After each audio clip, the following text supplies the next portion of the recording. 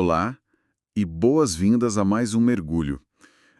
O nosso objetivo hoje é desconstruir uma cena muito específica. Uma cena que, à primeira vista, parece só uma poesia mística, né? Exatamente, mas que, na verdade, inverte totalmente a lógica humana sobre controle, sobre poder e o rumo da história. A nossa missão nessa análise profunda é explorar o capítulo 5 do livro de Apocalipse. Uhum. É um texto denso. Muito denso.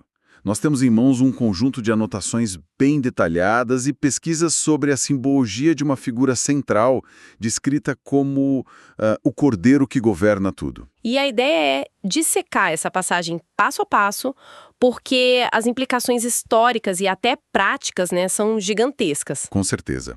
E para começarmos a entender o nível de tensão desse texto, imaginemos a seguinte situação. Existe um documento ultra secreto, um contrato blindado, sabe, trancado a 7 chaves. Ou melhor, com 7 selos inquebráveis. Isso, 7 selos. E dentro desse arquivo está nada menos que o destino de todo o universo. Tipo, a resolução final de todas as injustiças e o roteiro da história humana. É o peso do mundo ali. Só que o grande problema, a tensão que paralisa o ar mesmo, é que absolutamente ninguém possui a senha. Ninguém tem a autoridade para abrir esse arquivo. É como se o sistema operacional do cosmos sofresse um colapso. A tela congelou. Congelou. E a senha de administrador foi perdida para sempre. Nossa, é um cenário de pânico absoluto, uma crise cósmica sem precedentes, na verdade. E é exatamente com essa atmosfera de desespero que a nossa fonte de hoje inicia a narrativa, né? Estabelecendo um problema que nenhuma força conhecida é capaz de resolver. E lendo as anotações, a descrição dessa cena beira um roteiro de um filme de fantasia. A narrativa conta que rola uma visão, o João vê uma porta aberta no céu, um trono majestoso, e na mão de quem está sentado nesse trono, um livro totalmente fechado com 7 selos. Fica bem claro que não é um diário qualquer, né? Longe disso, mas eu fico curioso. Por que a ênfase tão grande nesses 7 selos? Qual é a mecânica por trás disso? Então, a mecânica é puramente fundamentada na lei do primeiro século. Quando a gente lê livro, precisamos visualizar um pergaminho. Ah, tá. Não um livro de capa dura. Exato, um pergaminho. E no direito romano daquela época, um documento selado com 7 selos era algo extremamente específico. Era um testamento. Um testamento? Isso. Para que a última vontade de alguém fosse validada e executada, a lei exigia que 7 testemunhas colocassem os sinetes em cera no documento. Caramba, 7 testemunhas? Sim. Então, esse pergaminho na mão de Deus representa, simbolicamente, a escritura de propriedade do universo, sabe? O testamento que decreta como a história deve ser consumada. Faz todo sentido. O problema é que um testamento romano só podia ser aberto pelo herdeiro legal, aquele que provasse ter a dignidade e o direito absoluto de assumir a herança. O que nos leva à constatação aterrorizante do texto, né?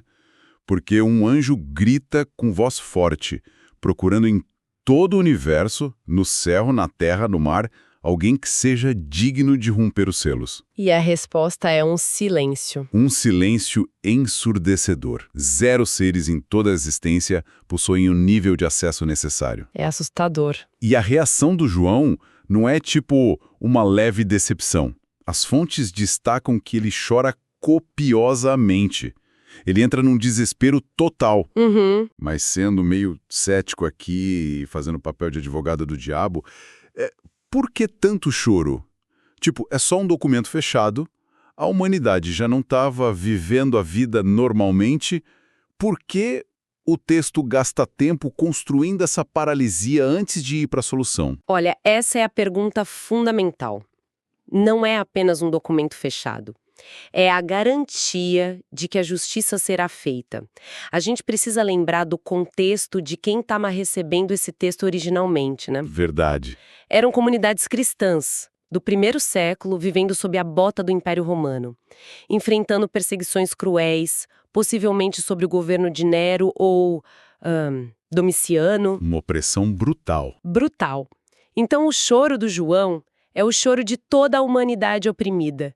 Ele entende que se o herdeiro legítimo não aparecer para abrir o testamento e reivindicar a posse do universo, então os invasores, os tiranos e os imperadores injustos da Terra vão continuar governando para sempre. Nossa, a ficha cai pesado agora. Pois é.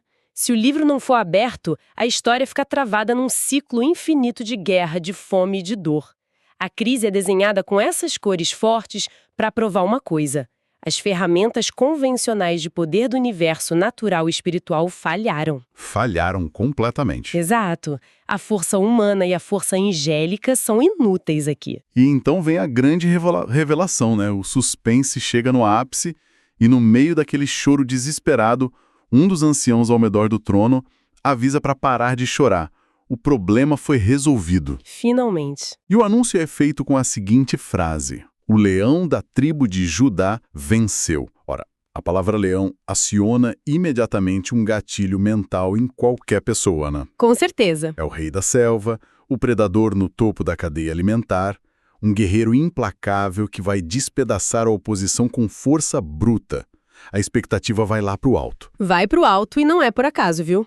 O leão da tribo de Judá é um título profundamente enraizado na expectativa messiânica judaica. Durante séculos, e especialmente depois de rebeliões históricas, tipo a dos Macabeus... Aquela revolta famosa. Isso.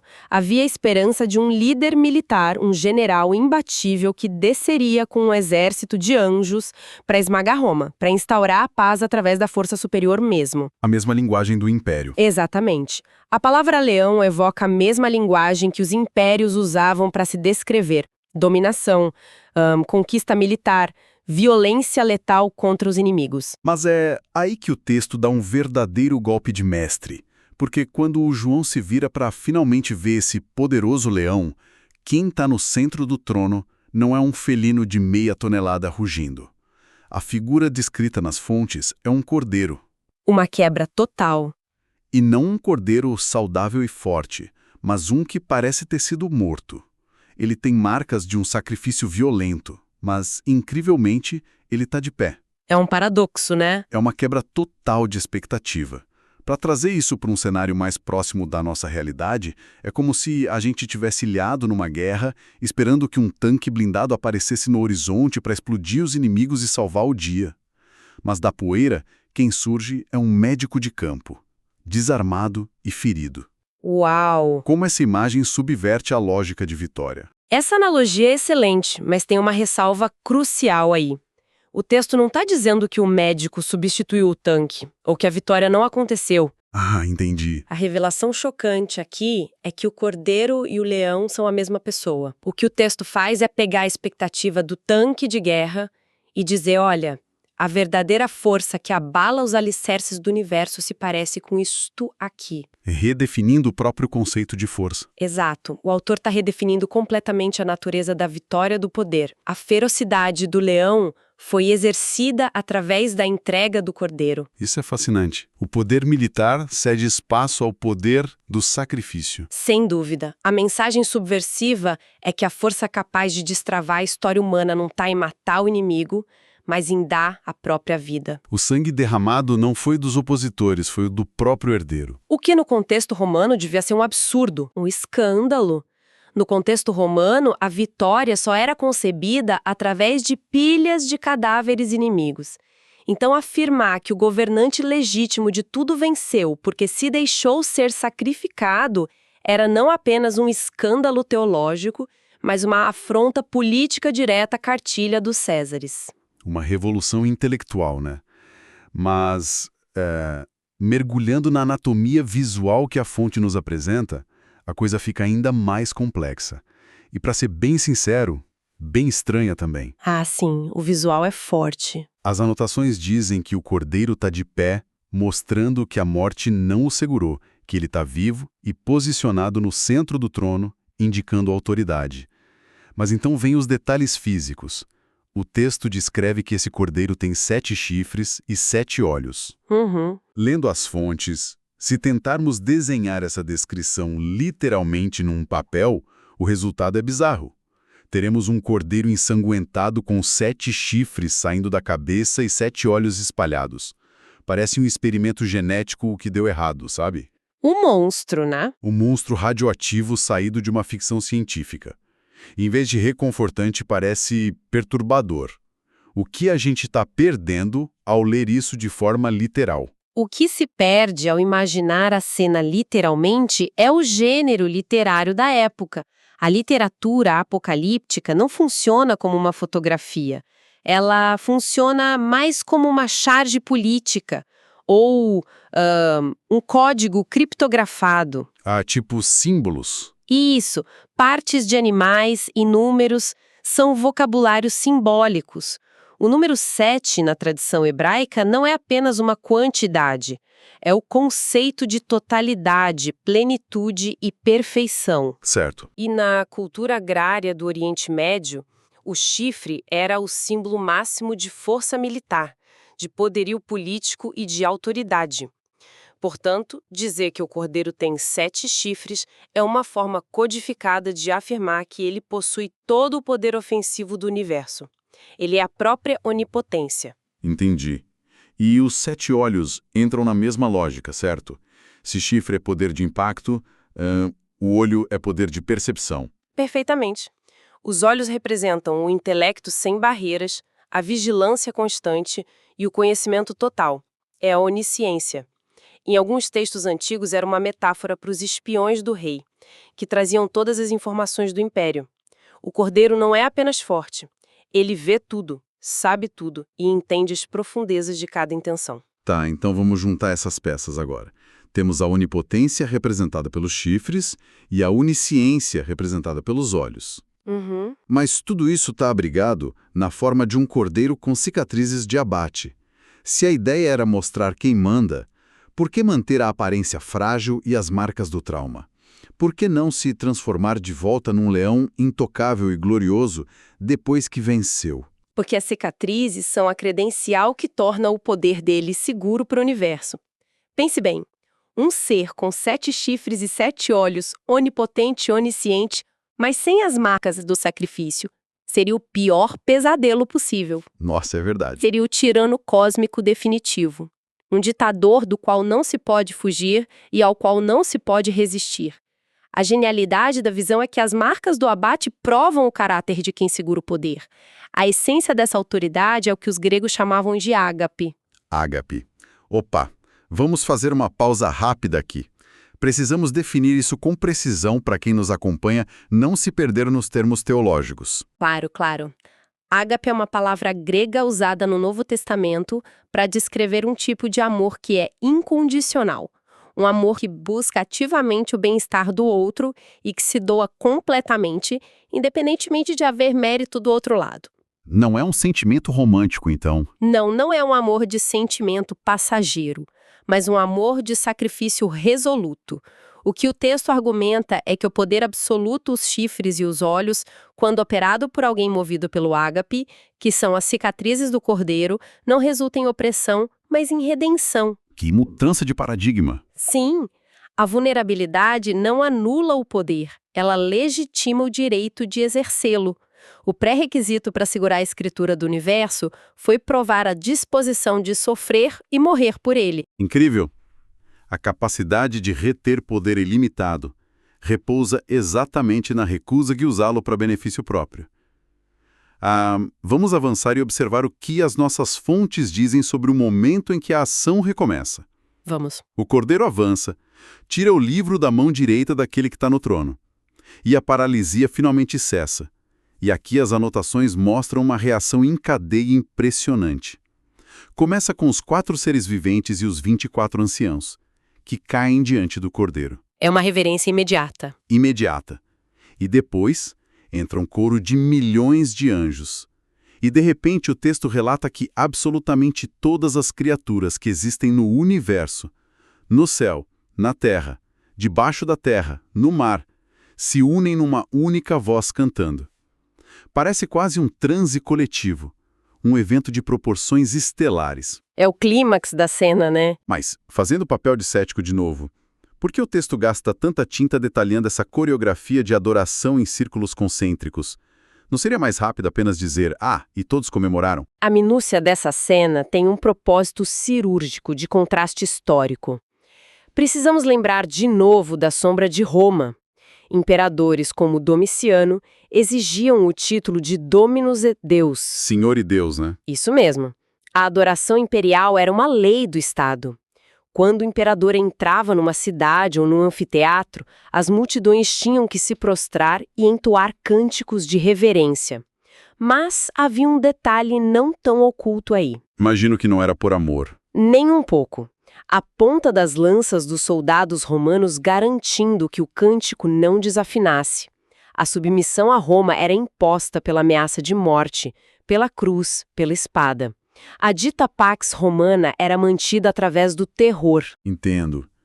Mas alguém poderia olhar para essa cena do cordeiro recebendo o livro e argumentar, ora, ele agora tem a onipotência e o documento que controla o universo. Toda a criação caindo de joelhos não seria também uma reação de medo? É o novo chefe assumindo, sabe? Essa é a armadilha na qual a nossa mente, acostumada com a tirania, costuma cair. Mas basta olharmos para a letra da música que eles estão cantando para desarmar isso.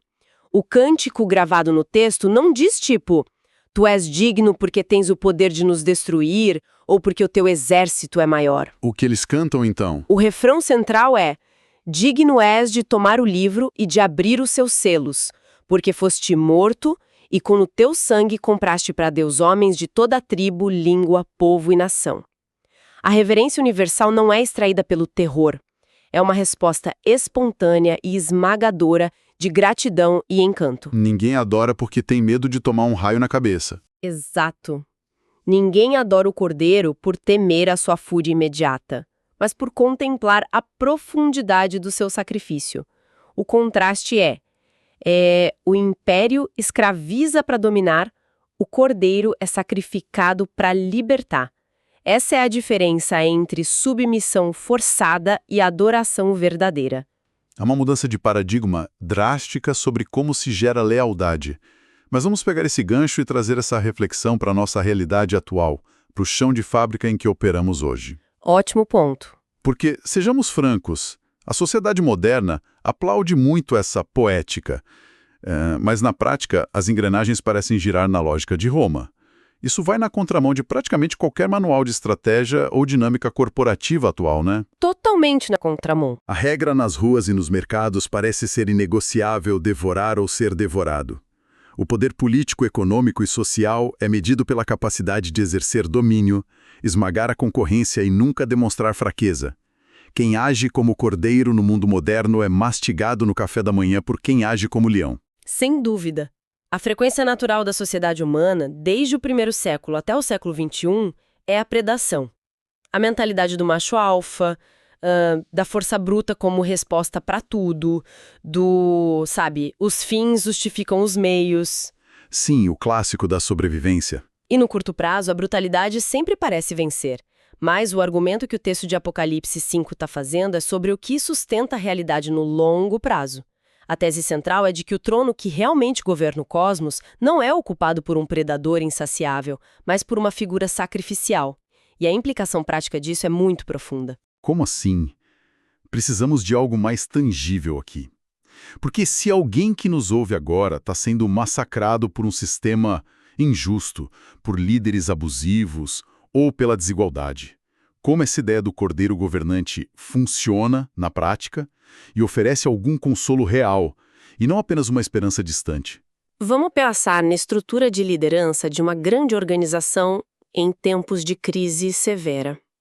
Um CEO que opera na lógica imperial do leão, ele vai olhar para uma queda nos lucros e rapidamente sacrificar os funcionários de base. O padrão, né? Demissões em massa. Exato. Ele decreta demissões, corta benefícios e se blinda para garantir que os próprios bônus permaneçam intactos. Ele usa o poder para se proteger, exigindo o sacrifício dos outros. Ele mantém o controle, claro, mas cria uma cultura de medo, desconfiança e sabotagem velada. A lealdade que ele tem ali é meramente transacional e baseada na sobrevivência. Tá, e no modelo do cordeiro? Agora imaginemos um CEO que opera na lógica do cordeiro. Diante da mesma crise que ameaça a empresa, ele assume a linha de frente. Ele corta o próprio salário a zero, retira os bônus, liquida as ações pessoais e assume o prejuízo financeiro para garantir que nenhum funcionário da base perca o emprego e a capacidade de alimentar a família. Ele absorve o golpe. Ele absorve o golpe. A vulnerabilidade dele é real, o custo financeiro para ele é uma espécie de morte corporativa, mas o que acontece a seguir? A lealdade e o engajamento que essa ação gera entre os trabalhadores são inquebráveis. Nossa, faz muito sentido. Nenhuma quantia de dinheiro ou tática de intimidação do leão poderia comprar a força de vontade e o vínculo profundo que esse CEO gerou ao se sacrificar pela equipe. Ele transformou a própria vulnerabilidade no maior ativo de poder da empresa. A autoridade dele passa a ser moral, sustentada pela reverência e não pelo medo. Essa é uma forma brilhante de materializar o conceito. A vulnerabilidade, longe de ser fraqueza, é de fato a única coisa capaz de gerar uma coesão invencível. É a virada de chave do texto. E voltando para quem está sofrendo debaixo de sistemas de predação, a visão cósmica traz o conforto absoluto de que a dor de cada pessoa é vista. Se o universo opera na sua essência sob a égide do amor sacrificial porque o cordeiro é quem detém os 7 selos, então as vitórias da injustiça, dos tiranos e dos chefes abusivos são ilusórias e têm prazo de validade. Precisamente. É quase como olhar para as estruturas de dominação ao nosso redor e perceber que todas estão construídas sobre um chão de areia. O plano original da história humana não foi abandonado ao acaso, está seguro nas mãos de alguém que entende perfeitamente a dor porque carrega em si mesmo as marcas dessa dor. Exato. E oferece não apenas consolo, mas também um modelo prático de resistência. Ensina que o verdadeiro sucesso, alinhado com a gravidade do próprio universo, não passa por acumular influência para pisar em quem está embaixo. O paradigma do cordeiro revela que se vence doando-se e não espoliando o próximo. A gente não precisa devolver na mesma moeda. Não. Lutar com as armas do império, mesmo que seja para derrubar o império, é apenas trocar um leão por outro. Uau, para recapitular a grande jornada que fizemos neste mergulho. Nós começamos diante de um abismo, um universo cujo destino, lacrado por 7 selos na tradição do direito romano, não podia ser decifrado porque não havia herdeiro digno. Entendemos a dimensão política do choro de João, temendo que os imperadores tivessem a última palavra. Aguardamos ansiosos a chegada do leão destrutivo, mas fomos confrontados com o choque visual e existencial de um cordeiro sacrificado, mas majestosamente de pé.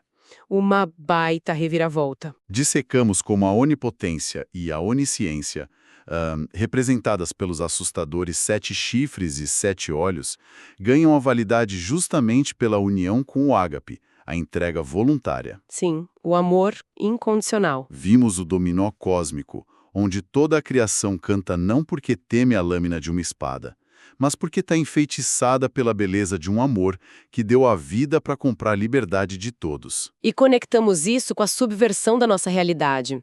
A lembrança de que o poder sustentável é forjado no sacrifício, desmascarando a ilusão de que a predação é a força motriz definitiva da existência. Um entendimento que altera profundamente os pilares do que a gente chama de autoridade.